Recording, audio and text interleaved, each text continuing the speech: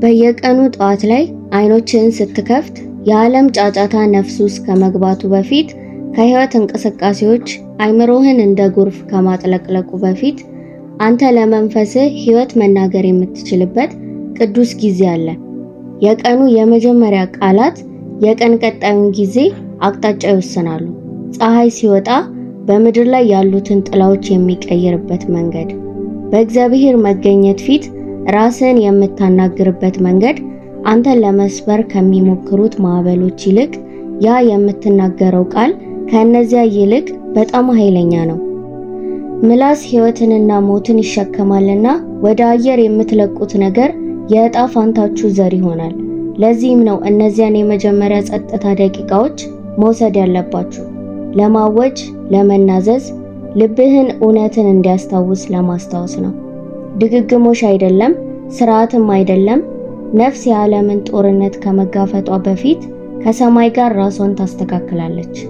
ጠዋት ሁል ጊዜ እነዚህን 7 መልእክቶች ራስ ላይ ተናገርና ህይወት ፈጽሞ እንደሌለ ባላወቀው ጥንካሬ እንዴት ማብራት እንደሚጀምር ተመልከት።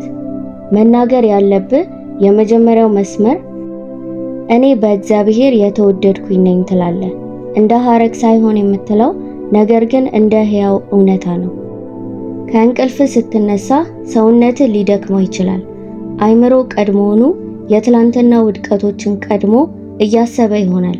ነገር ግን ስትናገር እኔ በእግዚአብሔር የተወደድኩኝ ነኝ ስትል በፈጣሪ መወደድ ምን ማለት እንደሆነ ታውቃለህ? ማለትም ድንገተኛ አይደለህም፣ የተተውክ አይደለህም፣ የማትታይ አይደለህም። ፍቅሩ ባንተ ብቃት ላይ የተመካ አይደለም። በድክመትህ አይናወጥም፣ ስትደናቀፍ አይሸሽህም። ፍቅሩ የማይለወጥ ዘላለማዊ ጽኑ ነው። በመስታወት ውስጥ ለመመልከትና እኔ በእግዚአብሔር የተወደድኩኝ ነኝ ብለህ ለመናገር ከደፈርክ የዚያ እውነት ማስተጋባት የሚከሱን ውሸቶች ድምጽ ያጠፋል። ፍርሃት እንደተወደደ ለሚያውቅ ነፍስ ሊጣበቅ አይችልም። ይቅር መባል እውነት መሆኑን ለሚያውቅ ልብ የጥፋተኝነት ስሜት ሊቆጣጠር አይችልም። በየማለዳው የመጀመሪያዎቹ ቃላት ዘላለማዊውን የሚሸከምህን ፍቅር መግለጽ አለባቸው። ሁለተኛው መናገር ያለብህ እኔ ዛሬ ደስታን እመርጣለሁ ትላለህ። ህይወት መራራ የምትሆንባቸውን ምክንያቶች ትሰጣለች። ለማጉረምረም ምክንያቶች ትሰጣለች። ከእግር በታች ያለውን መሬት ለመርገም ምክንያቶች አሉ። ግን ደስታ የተመካው በስሜት ሁኔታዎች አይደለም፣ የነፍስ አቋም ውሳኔ ነው። ደስታን እመርጣለሁ ስትል ህመምን መካድ አይደለም። ችግሮች የሉም እያልክ አይደለም። ችግሮች አንተን እንደማይቆጣጠሩ እየገለጽክ ነው። ደስታ በተስፋ መቁረጥ ላይ መሳሪያ ነው። የሐዘንን ጭጋግ የሚወጋ ብርሃን ሲሆን ቃላቶቹን ለመጀመሪያ ጊዜ ስትናገር ደስታ ላይሰማ ይችላል። ነገር ግን እነሱን ማወጅህን ቀጥል፣ መናገርህንም ቀጥልና ስሜትህ በመጨረሻ ለመንፈስህ ውሳኔ ይንበረከካል። ደስታ ከገንዘብ አይመጣም። ደስታ የሚመጣው አንተን በጭራሽ ላለመተው ቃል ከገባው ከእርሱ መገኘት ነው። ስለዚህ ስትነሳና ደስታን ስትመርጥ ቀኑ ሳይጀመር ቀድሞውኑ የጠላት እቅዶች ይሰናከላሉ። ሶስተኛው መናገር ያለብህ እኔ በጌታ ጽኑ ነኝ። በራስህ ኃይል ሳይሆን፣ በራስህ ስኬቶች ሳይሆን፣ በስጋ ሳይሆን ጥንካሬውን በሚሰጥህ ጽኑ ሁን። ድክመት በየማለዳው ይናገራል። ድክመት ውስንነቶችህን ይነግርሃል። ያለፉ ውድቀቶችህን፣ ጉድለቶችህን ይነግርሃል። ነገር ግን ጥንካሬ የሚመጣው አይኖችህን ከራስ ላይ አንስተህ በሚደግፍህ ዘላለማዊ ክንዶች ላይ ስታተኩር ነው። በጌታ ጽኑ ነኝ ማለት የሰማይ ኃይል በአንተ ውስጥ እንደሚጨምር መመስከር ነው። አንተ ደካማ በሆንክ ጊዜ ጥንካሬው ፍጹም ይሆናል። በምትደክምበት ጊዜ ያኔ የእግዚአብሔር ኃይል በጣም ቅርብ ነው። ኃይለኛ እንደሆንክ እስከሚሰማህ አትጠብቅ።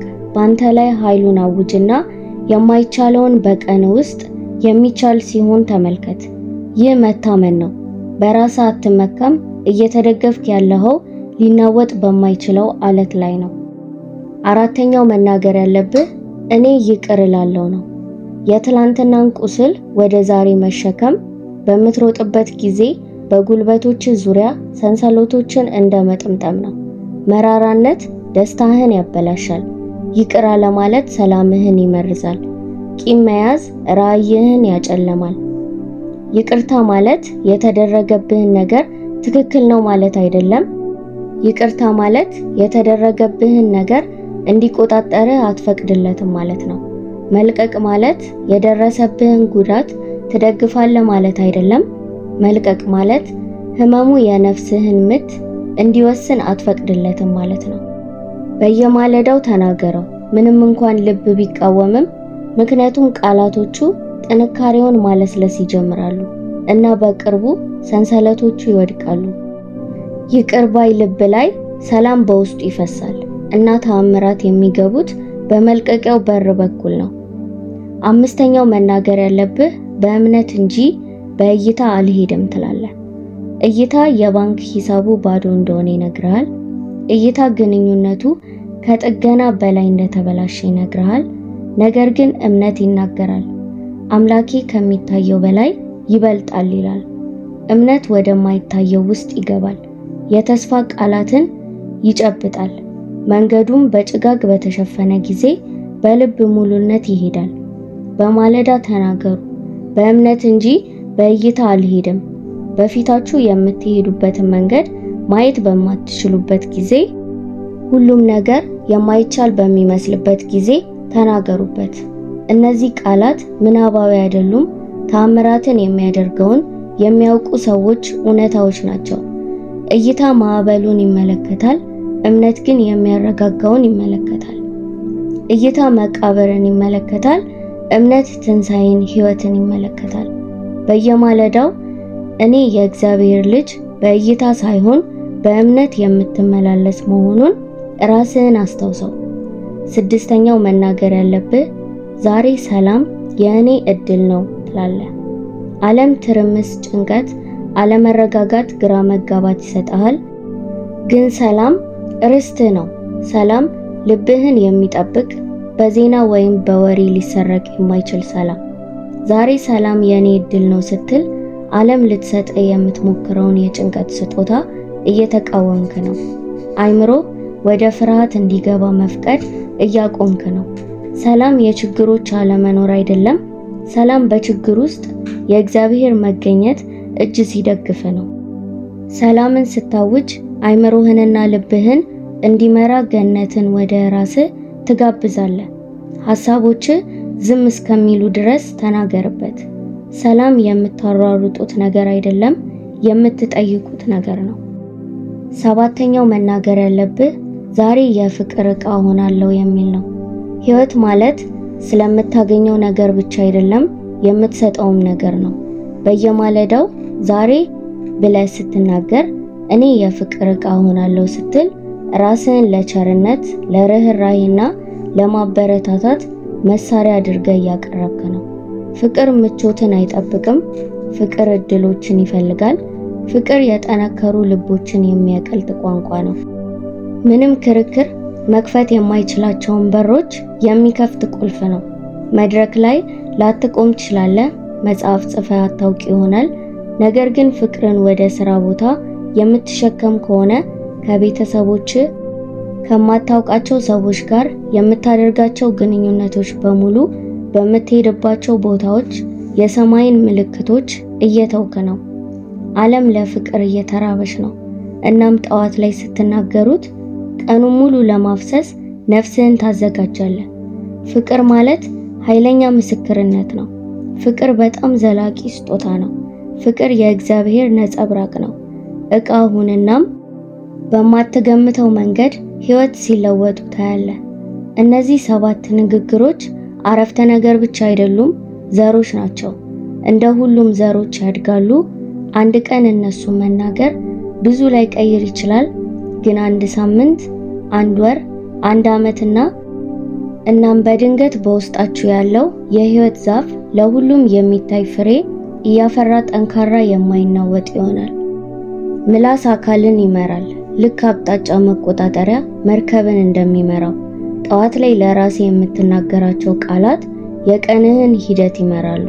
ተደጋጋሚነት ኃይልን አቅልለህ አትመልከት፣ ምክንያቱም ተደጋጋሚነት እምነትን ይገነባል። እምነት ደግሞ ተራሮችን ያንቀሳቅሳል። ካስፈለገም መስታወት ፊት ቆመ ተናገር፣ ከአልጋ አጠገብ ስትንበረከክ ተናገር፣ ስትራመድ ተናገር።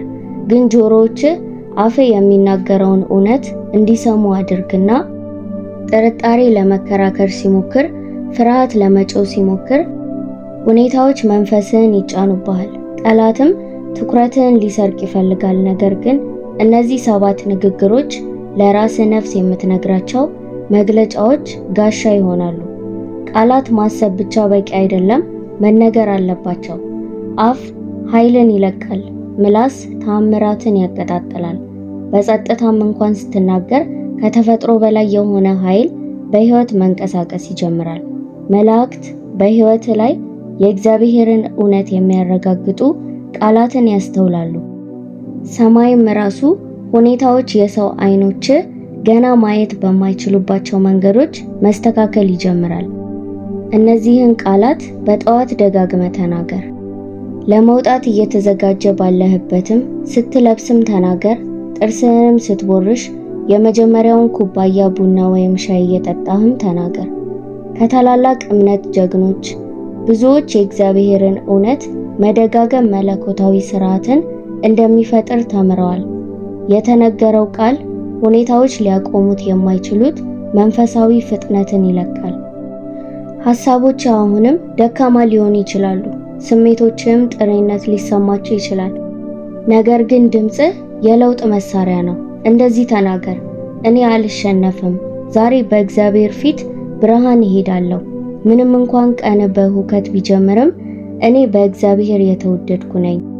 ዕዳዎች ሳይከፈሉ ሲቀሩና ድምጾች በዙሪያ ሲጮሁ እኔ ደስታን እመርጣለሁ በል።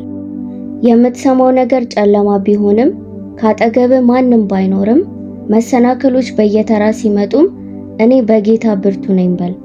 ሰውነትህንም ሲያም መንፈስህ ሲደክም አይምሮ መቀጠል እንደማይችል ሲነግርህም እኔ ጠንካራ ነኝ፣ እግዚአብሔር ሁሌም አብሮኛል፣ ሁሌም ካጠገቤ አለ በል። በእምነት እንጂ በእይታ አልሄድም በል። መንገዱ የማይታይ ሲመስል መፍትሄዎች የማይቻል ሲመስሉ ዛሬ ሰላም የኔ እድል ነው በል። ዓለም ጭንቀትን በምትፈልግበት ጊዜ ዛሬ የፍቅር ዕቃ ሆናለሁ በል። ዓለም ለፍቅር የተጠማች ናት እና ትንሹ የፍቅር ተግባራት ዘላለማዊ ተጽዕኖ ሊኖራቸው ይችላል። ጓደኛህን አበረታታው፣ የቤተሰብ አባልህን አክብር፣ በፍጥነት ይቅር በል። የዕለት ከዕለት ልምምድህን ስትወደው ሕይወት መለኮታዊ ኃይል መተላለፊያ ይሆናል። የእግዚአብሔር ፊት በአንተ ውስጥ በሚዳሰሱ መንገዶች ይንቀሳቀሳል። ፍቅር ተአምራትን የሚያፈራ ዘር ነው እና በየማለዳው በቁርጠኝነት ስታደርግ ራስህን ለበረከትና ተጽዕኖ የሆነ ሕይወት እያዘጋጀ ነው። 7ቱ ንግግሮች የጠዋት ልማዶች ብቻ አይደሉም። እነሱ መንፈሳዊ ከባቢ አየርን የሚቀርጹ መገለጫዎች ናቸው። ያለማቋረጥ ስትናገር አይምሮ ከገነት ጋር መጣጣም ይጀምራል። ስሜት የተረጋጋ ነው፣ መንፈስ በኃይል የተሞላ ነው። ቀን ለመለኮታዊ እድሎች ክፍት ነው። በእግዚአብሔር ዓይን ፊት ማን እንደሆንክ እንድታውቅ የተጠራኸውንና በውስጥ የሚኖረውን ኃይል ያስታውሳል። ተአምራት የሚወለዱት በረከቶች የሚለቀቁትና ዕጣ ፋንታ የሚቀረጸው የእውነት መደጋገም ከአንተ ጋር ሰማይ ይስማማል። ነፍስህንም በብርታት በደስታ በሰላምና በፍቅር ይሞላል። ሕይወት በሱ ላይ የተመሰረተ እንደሆነ አድርገህ ያዘው። በየቀኑ ተነሳና በጉጉት ተናገራቸው። ተአምራትን ጠብቅ፣ መልሶችን ጠብቅ፣ ለውጥን ጠብቅ፣ በረከቶችን መለኮታዊ ግጥሚያዎችንም ጠብቅ። በእምነት ተናገር። መንፈስህ የእያንዳንዱን ቃል ክብደት እንዲሰማው አይምሮ ከእያንዳንዱ ሐረግ በስተጀርባ ባለው ትርጉም ላይ እንዲያተኩር ልብህ ዓለም ከማረጋገጡ በፊት እንደ እውነት ይመነው። ስንት ጊዜ እንደምትናገራቸው ብቻ ሳይሆን ግን ምን ያህል በጥልቅ እንደምታምናቸውና ምን ያህል በታማኝነት እንደምትለማመዳቸው ነው። ቀን በቀን፣ ሳምንት በሳምንት፣ ወር በወር የመንፈስ ምት የእምነት መሰረትና የእድል መገለጫ ይሆናሉ።